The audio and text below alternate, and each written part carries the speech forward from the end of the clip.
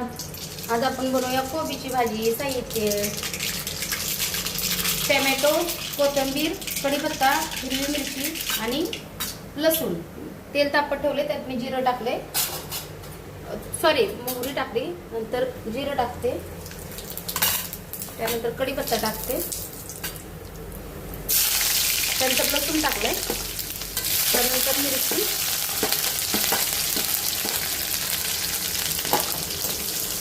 हलवून घेते, त्यानंतर टोमॅटो टाकते,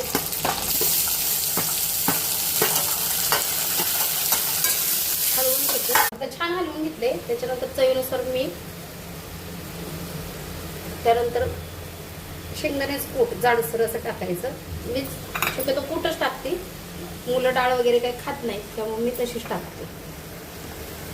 हे छान परतून घेतले. आता हे एका साईडला ठेवते. आता आपण करणार आहे झिंग्याची रस्सा भाजी. कांदा, टोमॅटो, कोथिंबीर, आलं सगळं मसाले घालून ही एकत्र पेस्ट केली आहे. कांदा, लसूण, टोमॅटो, कोथिंबीर याचा घरी बनवलेला मसाला घातला आहे मी. असं झाले. आता ही मस्तपैकी झाकून ठेवते. त्याच्यात आता मी तेल सोडते. तेल तापत ठेवले. हे सगळं घातून पुरण टाकायचं आपण वाटण केलेलं.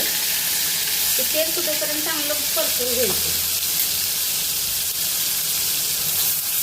हे चांगला मसाला भाजून घेतलाय तेलात. आता थोडीशी आपण हळद टाकू, थोडासा अजून थोडासा घरचा मसाला टाकू. जसं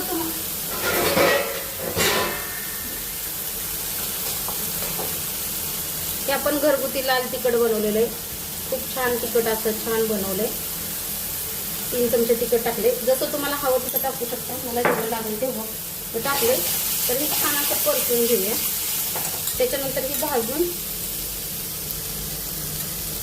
मी छान असं धुवून स्वच्छ करून झिंगा घेतलेला आहे. त्यात आपण टाकायचं आहे. छान असं परतून घ्यायचं. हे छान परतून घेतले. आता हे मिक्सरच्या भांड्यात थोडंसं पाणी ओतून ह्यात ओतलं. त्यानंतर थोडंसं गरम पाणी ओतायचं. आपल्याला जेवढे हवे असेल तेवढी भाजी ओतू शकता. मला एवढी हवी एवढं पण होऊ शकते. त्यानंतर छान आपण हे उकळी काढून घेऊया, मस्त शिजवूया. बाकीचा व्हिडिओ नंतर दाखवते. आपला ही झिंग्याचं रस्सा भाजी छान झालेली आहे. तर आपण त्यात वरनं थोडीशी कोथिंबीर टाकून सर्व करूया.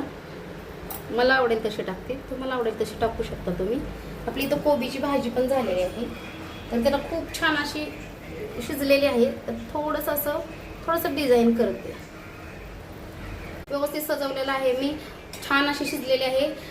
आवडली असेल तर लाईक करा, सबस्क्राईब करा आणि धन्यवाद.